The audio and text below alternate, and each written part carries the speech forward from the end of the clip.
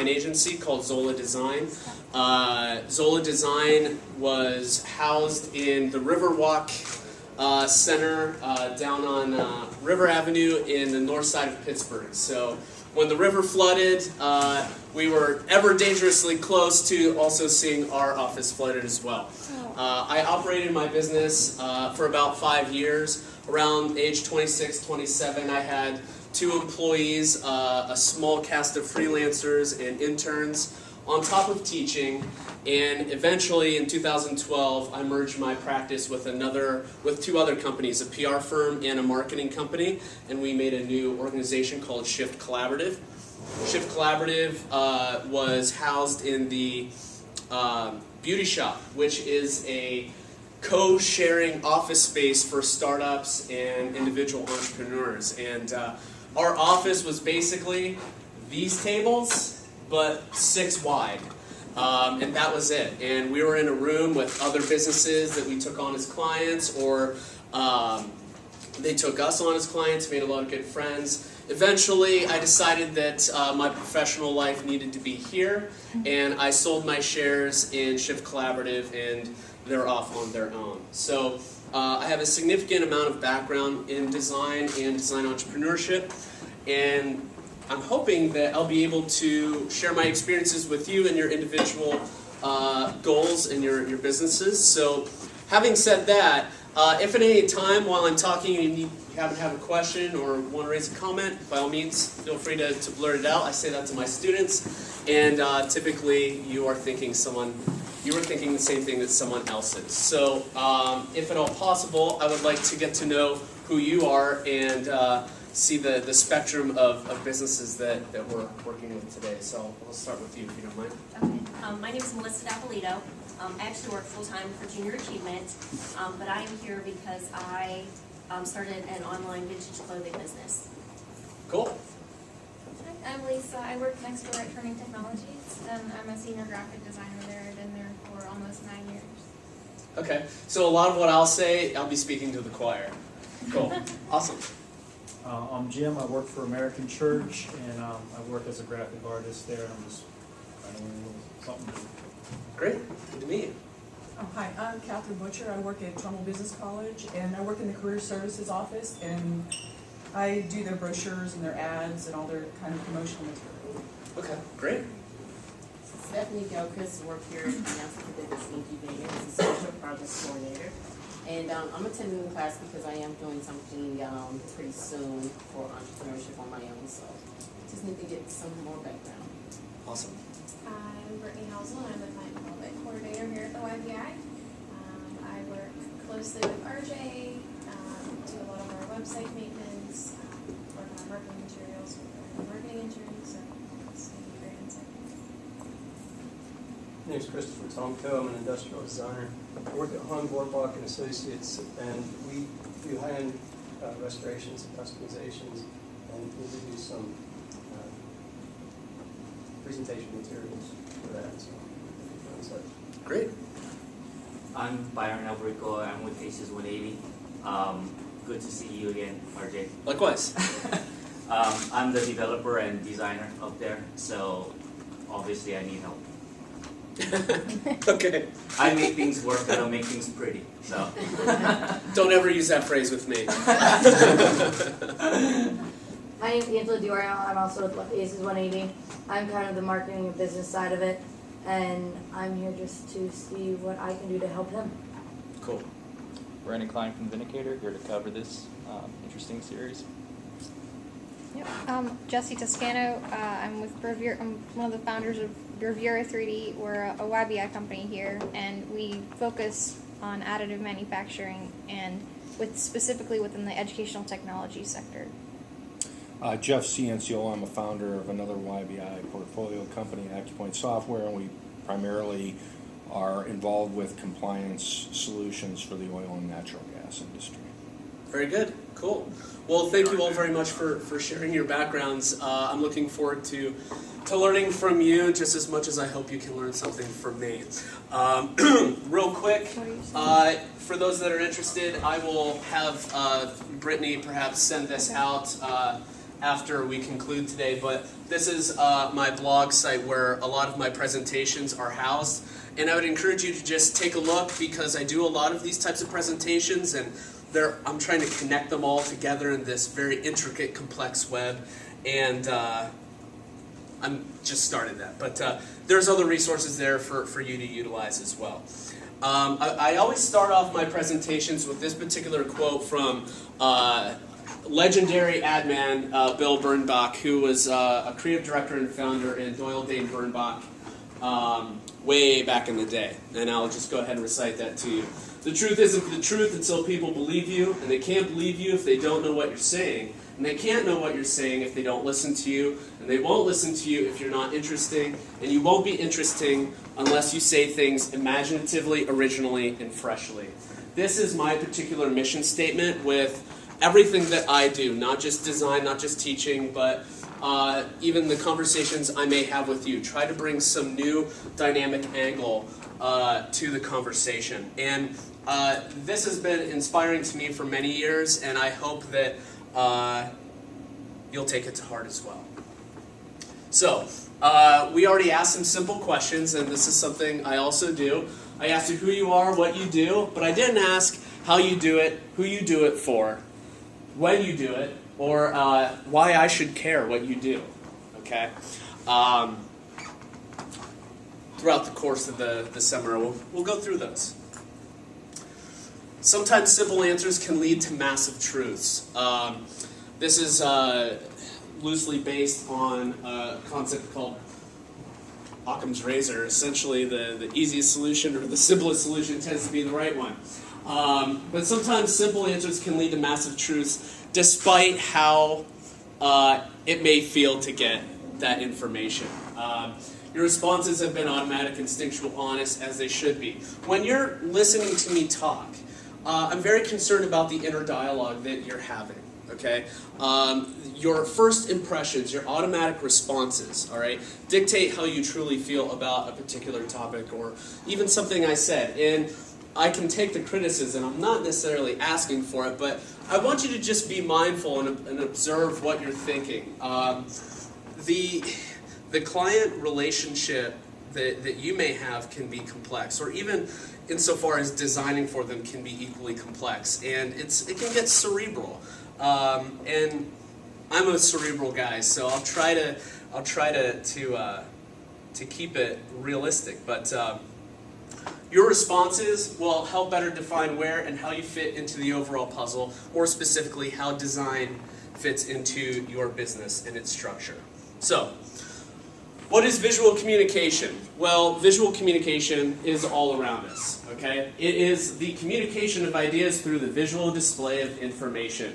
Primarily associated with 2D images, includes art, science, photography, typography, drawing, basic visual fundamentals, color, and electronic resources. Like I said, design is all around us. It is our culture. It's everywhere. You're wearing it. Your glasses are designed. That water bottle's designed. Everything. When everything is designed and you're a designer, it can get a bit overwhelming when trying to appreciate everything that's out there, unless, of course, you look in like the penny saver and you see an ad with a ton of type in it and you can't read it and it's incoherent. But design is all around us, and I want you to think about what your particular voice is inside of that atmosphere. So visual communication is essentially what you thought it was, okay? What is creativity? Perhaps completely different. Who here considers themselves creative? You guys better do it. Yeah. There are some people that don't consider themselves creative, and that's unfortunate. I've gotten many comments throughout my time serving various businesses of whatever incarnation. I'm not creative. I don't know how you do what you do. Everyone is creative. Everyone can utilize design thinking and design itself to create something incredible. Okay? Generate or recognize ideas, alternatives, or possibilities that may be useful in solving problems. Graphic designers are visual problem solvers. All right? That's really at the crux of what we do, or at least what I do. So I want you to ask yourself, are you creative? Do you have creativity? And if you don't feel like you do, can you develop it? Absolutely. Yes, you can. Rest assured, by the time you leave here, you will at least know that you can develop creativity. So let's talk about the box. All right, you've all heard about the box. Do I have any good writers in here? A little bit? Brittany's like, yeah, okay. You'd better raise your hand. I mean, don't be disparaging against yourself. You get stuck in the box. You can't work outside of a problem. You can't figure it out. Sometimes you just can't crack it, okay? The best way to work outside of the box is to recognize the walls and ultimately understand that the brain, like a computer, can be reprogrammed. All right, that's essentially what I do day in, day out. If you feel you are not creative, nor a creative type, you are wrong. We all have a capacity to think, process, create, ideate well beyond what we consider our initial capabilities to be. But you don't know what you don't know, and if you don't know what creativity is, then you need to find out. Here are the walls to the box. All right, this may be what prevents you from being creative.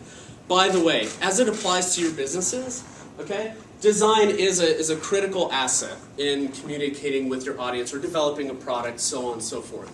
But it's creativity, I feel, that has the biggest impact. Okay, so here are the walls of the box. We have fear, knowledge, complacency, assumption, rules, and habits. Who has habits? Let's talk about that. Jesse, what are your habits? Habits? On a typical workday. I don't know. I tend to do things in a certain way. Okay. Like I'll drive in the same lane, even if it's slower. I typically drive in the same lane just because I'm comfortable doing that. That's one thing. I mean, I could go on and on, but okay. So you've got some habits. Maybe some are a little quirky. Yeah. That's okay. That's okay. We have them. Those habits can prevent us from. If you're always zigging, you're never zagging. And that's a problem. Rules. Who breaks the rules? Who acknowledges the rules? A little bit? Yeah?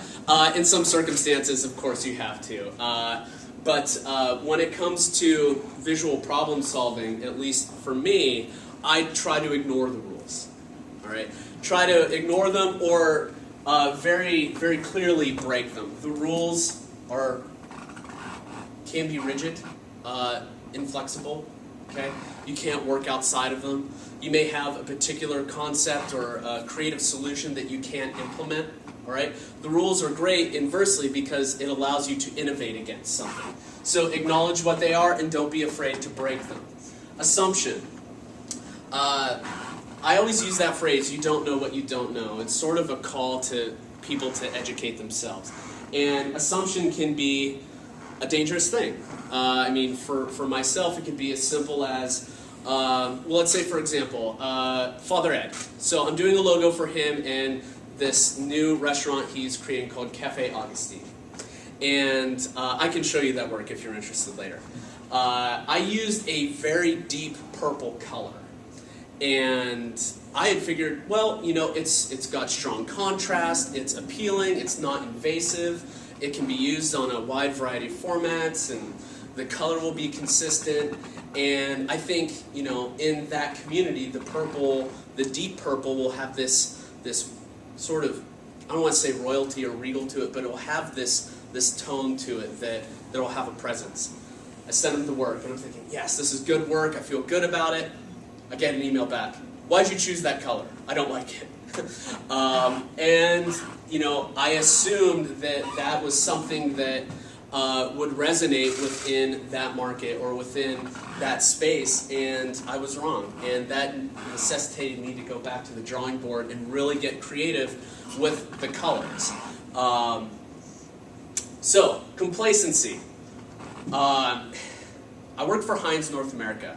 So when you see the ketchup label with the vine on it, you can look at that and be like, oh, yeah, I met that kid. He's kind of a jerk. No, I kid. I worked for Heinz for 2 years, and the biggest thing I got out of that was I was taught how to be complacent. And complacency is not going to push you further. It's not going to push your creative skill set. That Vine label, that was an overseas effort between Heinz North America and Heinz Europe, and included a team of like 50 people. It was brutal, absolutely brutal. Beautiful solution at the end that it endures, but it took forever. Complacency is something that I had to work out of. Okay, I eventually went to grad school, worked out of that, and here I am today. Knowledge. Again, you don't know what you don't know, so there's a large learning aspect to this box. Okay, if you're not willing to learn and engage in that way, then everything you do is assumptive, and everything you do will be, or could be, largely incorrect. And then ultimately, this guy here, fear. Who's afraid? Who's afraid of messing up a job, or losing their job, or losing a client, or not making enough money, or having to lay off a contractor, or not have enough resources to take on an intern that you desperately need? Fear is dominant in that startup space. And it can either drive you mad or it can drive you ambitious. And I don't want you to be afraid of fear. I tell my students that if you're afraid of being wrong, then you're just going to be false starting. You do one thing, you're afraid of being wrong, you retract it. Failing forward, that's the key.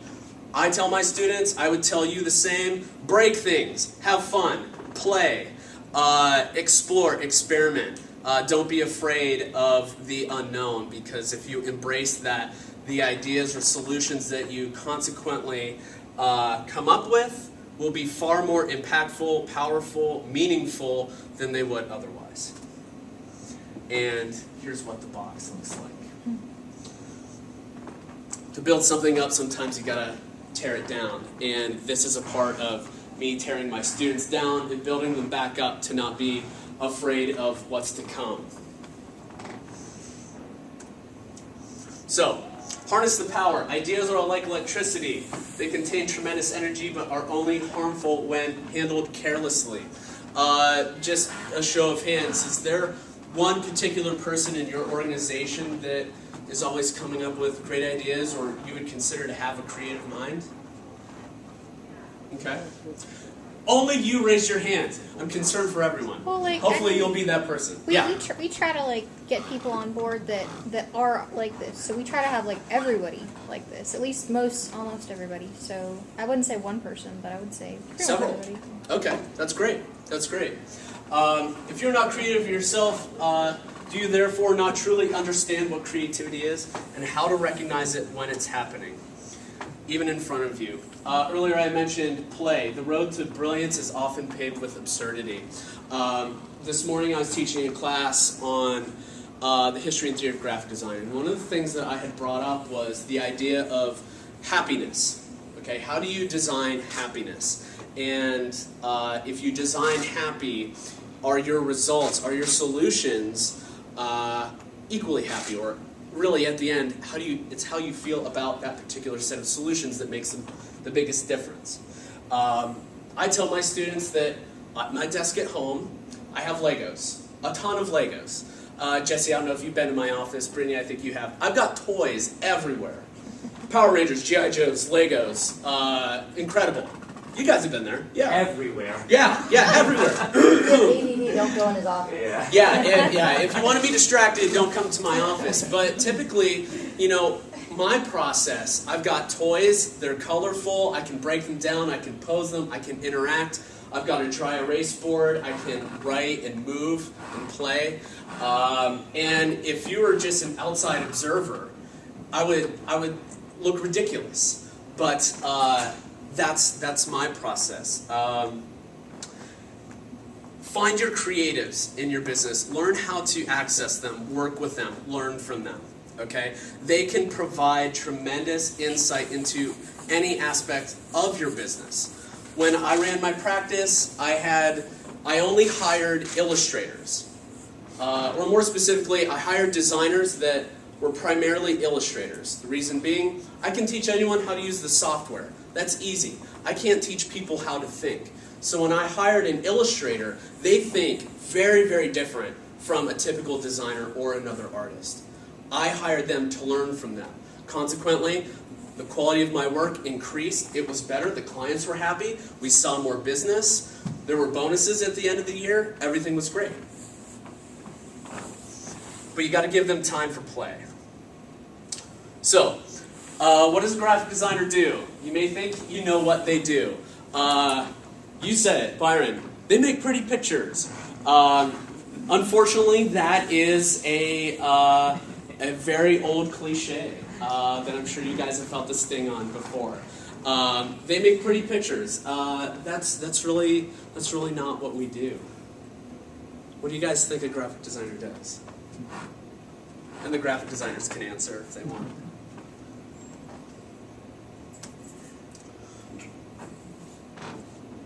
We're visual problem solvers. Yes, we can make an advertisement. Yes, we can make a flyer. Okay, we can make your business cards. That's all well and good. But what problems are those solving? Okay, AccuPoint. You guys develop software? We do. Okay, so a graphic designer is critical there for your software user interface design. Absolutely. Okay, what they bring to the table is absolutely mission critical to the success of the back end of that software. You can have the most powerful software in the world, but if your UI stinks, what's it mean? If it's not accessible, if it's not intuitive, if the experience of using it is not meaningful, then what do you have? Okay? Designers are artists, creatives, powerful thinkers who see the world from a different angle. Okay? They're empathic, occasional detectives, thought scientists, exploring and pushing and pulling. Definitely get some silly putty at your desk. Push pull. I have that too. We are hardworking problem solvers. We use design to solve problems. We don't just make pretty pictures. Okay. So I wanted to focus on this particular trait. If you have designers in your organization, they may, depending on that person, of course, there are regular, normal designers, but there are some that can be quirky and certainly artistic. Embrace that. Embrace that. Respect it. And utilize that. Pardon me. Utilize that to create some amazing things. I myself, if some of you have had interactions with me, you may notice me, I'll tilt my head or I'll look at certain angles differently. I like to stand more than sit. I'm constantly moving, highly energetic. So if I were a designer in your organization, don't put me at a desk. It's as simple as that. Don't put me at a desk. Just put me in a room, optimally with a window, and just give me tasks and let me do them. Because I'll be moving around, I'll be concepting, I'll be processing, and having fun. Creatives need to have fun in order to be the best they can be. So, what kind of problems do we solve? Design is all around us, everywhere you look. We manipulate perceptions, alter ideas, create suggestion, invoke contemplation, make people wish for more than what they have. We influence your life daily. More importantly, we influence your client base to work in tandem with your intent. So, Jesse, you want to sell product to educational institutions? We know how to access them. We know exactly, through research, through process, how to speak to them visually. So that your pitch, your verbal pitch to them, it's not as difficult. At times it can be a no-sell, provided that we're being used optimally. So, stop and think about these things. Why did you wear that color today? Why did you wear that pattern? I just threw it on. There wasn't any plan. No rhyme or reason, you just threw it on? Instinct. Okay? Bernie, why'd you wear that pattern? You always wear black. Okay, well, I was going to say the black could certainly match your mood regarding the rain. Yeah, focus on the colors. There you go. Why did you wear what you wore today? Okay, was it about your shoes that made you buy them? Do you ever think about that? Fit. They fit? The shoes I'm wearing, Adidas Sambas. Shoes originally designed in the 1940s. They're soccer shoes. They're functional, okay? The design of them has a bit of an aerodynamic. There's probably less energy waste when using them. They're affordable, okay? Surprisingly, they're still stylish despite being from the 40s, okay? I'm always wearing these shoes. Professional event, suit and tie, got the shoes on, okay? That's one of those designer quirks. It's comfortable. Why did you pick up that book you're reading? Look at the book cover. All right, what is it about that resonated with you? Was it the use of type and image, creating a narrative? Okay. Are you carrying cash? Seriously, I need some. If you have some, I will take it. Looking at the dollar bill, the design of it. One of the projects that we give our students is, you need to redesign this dollar bill.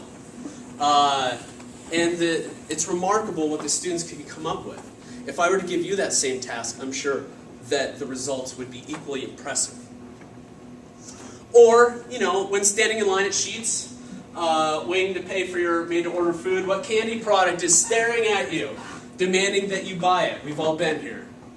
What do I got? What candy's staring at you? Reese's. Reese's. Dark chocolate. Dark chocolate. The Easter eggs. Yeah. Oh. They are in your face. Yeah, they are.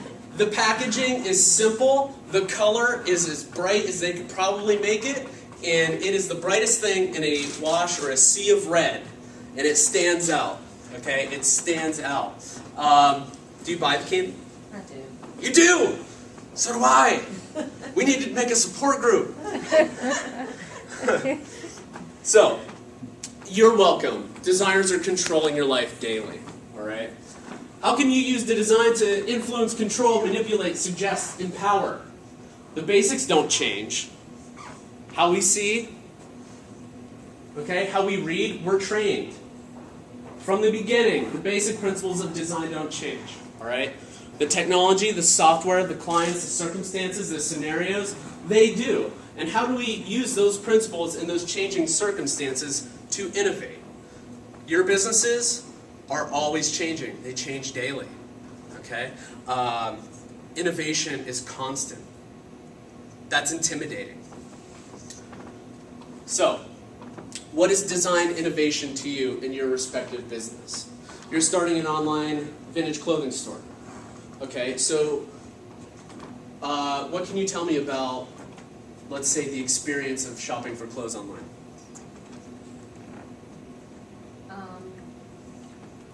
Details. Details. Yeah, it's important to have details because you want to make sure it fits whoever's buying it. Okay. And you want to have things that catch people's eyes, and to offer things for a wide variety of people. Okay. So a broad spectrum of potential customers. Okay. Specific details. All right. You want to know that the clothing fits, dimensions, shipping policies, etc., etc. Who shops for clothes online? How long do you spend doing that? Too much. Way too long. Too much. Way too long. Okay, so the idea here is once they pull you in, you stay there, and you buy more than you actually need to. I know I think all of us have been down an Amazon pit hole where it takes hours to climb out of. Amazon has everything, okay? They designed their experience to keep you there, and the analytics that they gather improve your shopping experience so you stay even longer. And God help you if you get a gift card. Because you will be there forever, and you won't know what to buy because you have a finite value on that card, and it's a marketplace that has everything. Okay? Is design innovation to you choosing Papyrus over Comic Sans? Or is innovation to you having a very clean, simple, responsive online shopping cart that addresses all of those details for the broad spectrum of potential clients, and to do so in a meaningful, accessible way? I think that would be, especially for the vintage clothing market, because you don't typically see e-com sites for that, okay? So, maybe your business needs to embrace design, maybe you're already embracing design. The latter of which, how you're doing it, maybe you need to do more of it, okay? Never less, always more. I'm biased, okay? How can you best use design for your business? Is it hiring a freelancer, an employee, teaching yourself? Keep in mind that, you know, one thing that, all right, so human resources always probably, I don't know about you folks, but when I worked at Heinz, you know, human resources, we'd have to go and sit in on these lectures and seminars that were required for a variety of topics, some of which didn't make any sense whatsoever, but they were mandated to do it, okay? I looked at that as a concept and said, they're bringing people in from the outside to teach us something that has little to no value to my daily practice. Why can't I, as an entrepreneur and business owner, hire someone to come in and critique me, or tear apart my business, break it down, or critique my my design, my problem-solving process, or you know, maybe I can use them to teach my designers something. So, you know, hiring a designer just to complete a product or a particular problem, you know, isn't necessarily the end. Okay, you can say, hey, designer, come in, spend the day, and 2 weeks from now, I'm going to ask you to redesign our office to improve workflow or creative exploration. You know, like for example, those two tables right in front of the whiteboards there. It's kind of inaccessible. Okay, it can be as simple as that, or it could be much more complex. Design is a part of every business, so you know, don't like ignore it or whatever. All right, so let's get started. Visual communication has line, shape, color, value, texture, typography, scale, research, intuition, instinct. Okay. What I do is I take emotional content and I use these tools to articulate an expression. That expression could be in the form of a logo, a website, mobile apps, software user interface, print collateral, business cards, posters, crop circles, tattoos, or products in general. Okay? Seemingly anything. Video games. So, line, shape, color, value, texture, etc. Using some of the basic principles: contrast, repetition, alignment, placement. That spells crap. I say to my students, that looks like crap. And at first they are offended, and then I have to explain it to them. And they're like, oh yeah, I am using optimal contrast and repeating elements to create a barrier and trap text in. Okay? If you are able to use contrast, repetition, alignment, and placement effectively, you'll have a design that reaches people, has resonance, causing them to act hopefully in accordance with your particular goal. Be it to sell them a product or a service, to sell by, to subscribe, to ultimately become a part of the community. When I worked with clients, I always tried to get them to be a part of the community. I want them to be problem solvers with me. So if, say, for example, Jesse, for example, with Youngstown Design Works, we made a logo for you. And we needed you to be a part of that process. So when we went through, it was like an hour and a half. It took forever. But I think you guys got a lot out of it. We're actually hopefully going to do that today. All right, typography. What is good typography? It's not Comic Sans, it's not Papyrus, it's not Impact, it's not Curls MT. I could go on and name all the system fonts. A good tradesman understands exactly how to use all tools and materials they have at their disposal in order to produce the best results. It's the same for designers. To understand typography properly, it's important to have a good working knowledge of letterforms and their properties. some of you may not have seen this before. This is a basic diagram, a breakdown of the parts of type. Okay. Now I won't go into all the fine details. Okay. Even in common conversation with designers, we don't access these terms. Okay. But what do you think one of the reasons is that we we're used to this? This is called a serif typeface. Can you read it? Do you want to read it? I guess, maybe. If you're going to force me to read it, yeah, I might as well. The design of a serif has more artistry to it. There's more detail. All right? While a serif can be a beautiful design in and of itself, think about the legibility of it. Can you tell me what that says over there? That sign? Just the top part. The future. The future. That is a sans serif. You can see it from a distance. It's bold. It's stark. At times depersonalized. This has character. Okay? That's not to say that all sans serifs don't have character. They certainly do. But think about whether or not your business uses serif or sans serif. The difference is engagement. Okay? For some folks, the vintage store, for example, serifs may be appropriate. Okay? If, however, you're a software development company, sans serifs may be more appropriate. Okay? Because of the future. All right. So legibility and readability. Think about the ads that you look at, be in the newspaper or a magazine, at a bus stop, or even just like a typical flyer or a poster. What is it about that design that pulls you in? All right? Legibility is actually being able to read something. All right? Readability is wanting to read it. Do you guys want to read that banner there? No. Brittany works here, she doesn't want to read it. I'd rather read the white one in the lobby. You'd rather read the white one in the lobby. Yeah. This may pull you in because of the large logo. Yeah. But as soon as you get there, you disengage. You step back from it. Our brains are saying, no. Too much. I don't want to work to figure that out. Okay? Even though, in our total vision we can take in the whole message. But we're not reading it. Okay?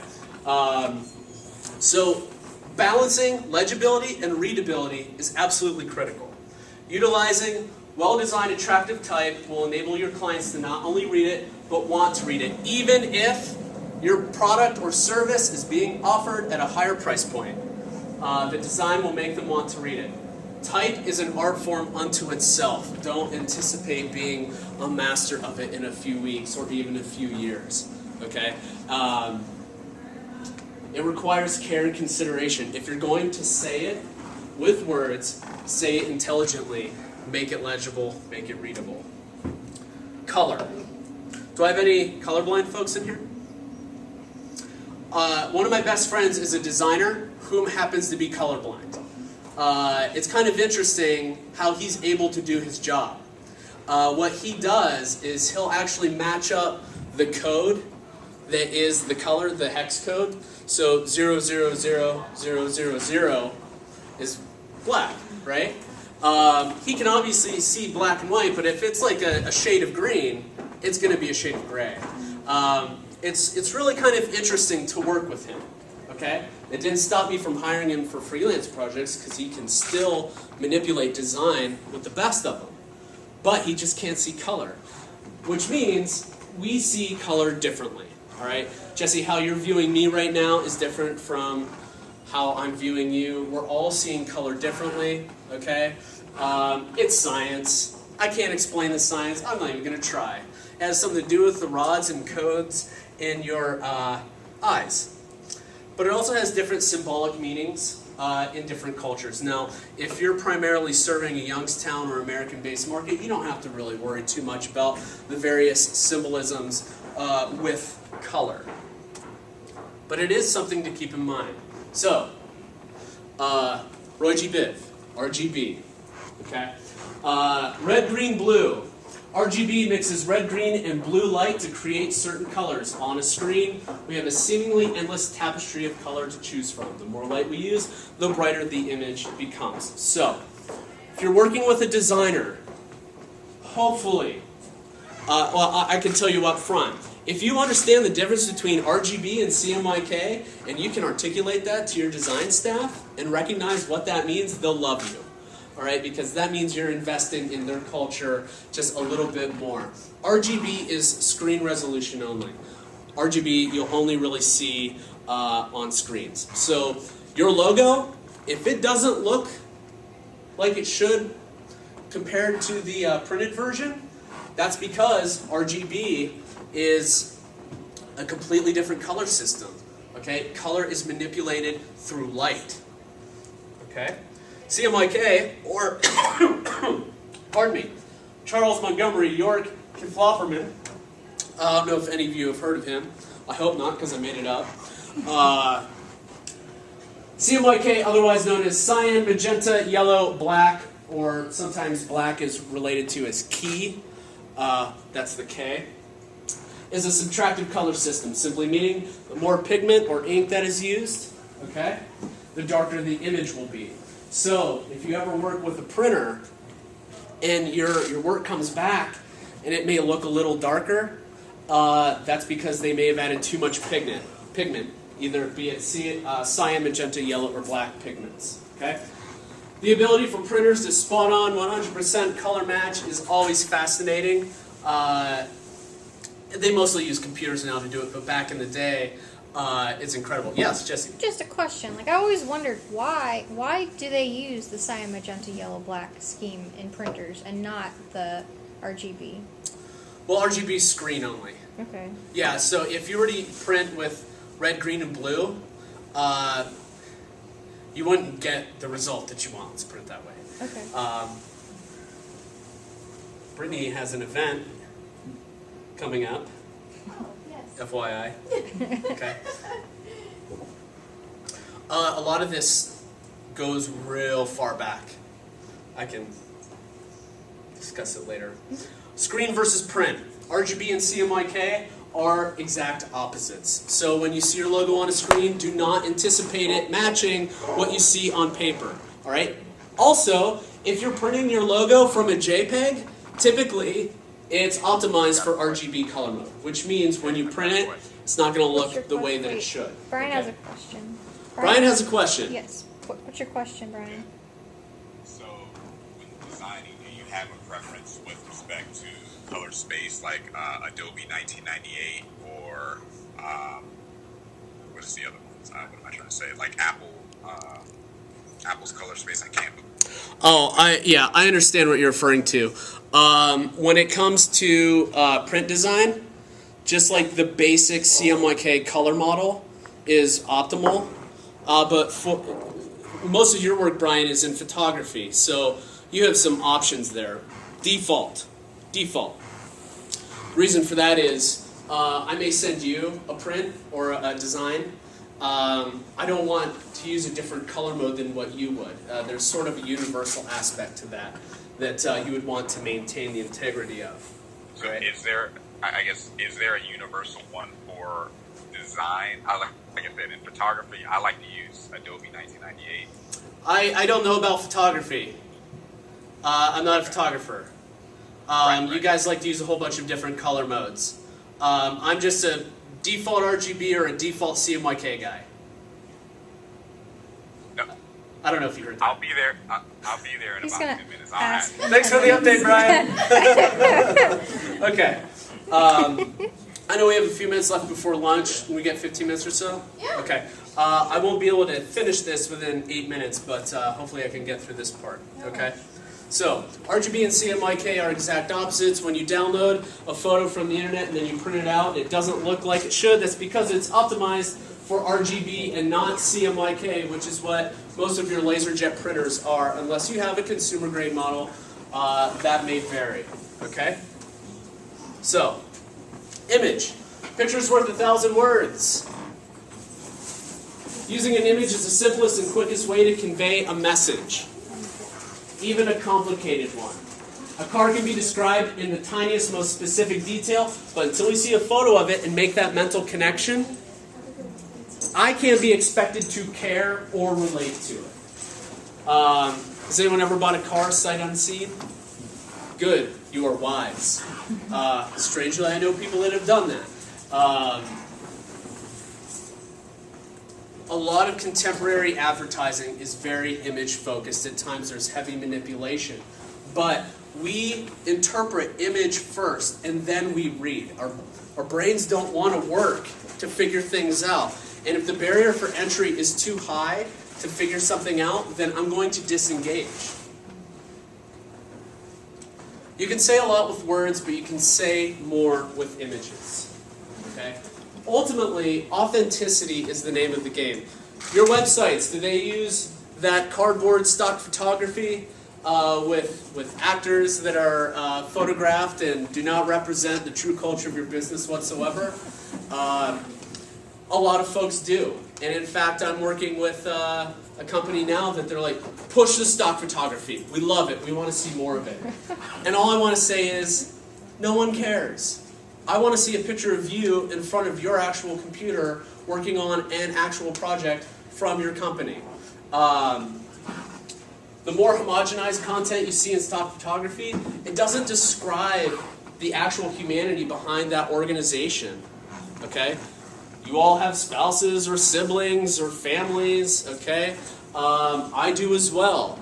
If, Jesse, if I want to buy your product, I want to be able to talk to a person if there's a problem with it, or even talk to a person if I'm interested in buying it. I don't want to talk to this facade of a stock photo.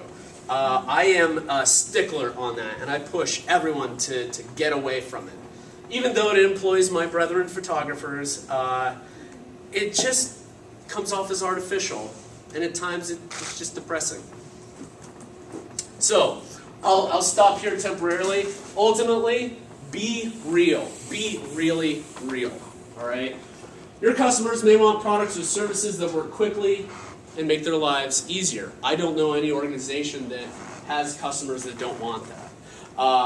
But they know at the other end of the product is another human, probably just like one of you, or one of you.